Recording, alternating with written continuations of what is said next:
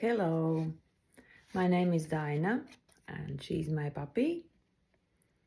I'm writer and creative soul.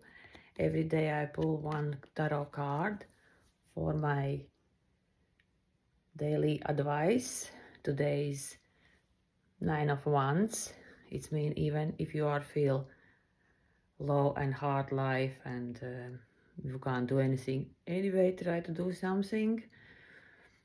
Keep going, baby. It's my daily advice. I love painting. I try paint with dried flowers and acrylic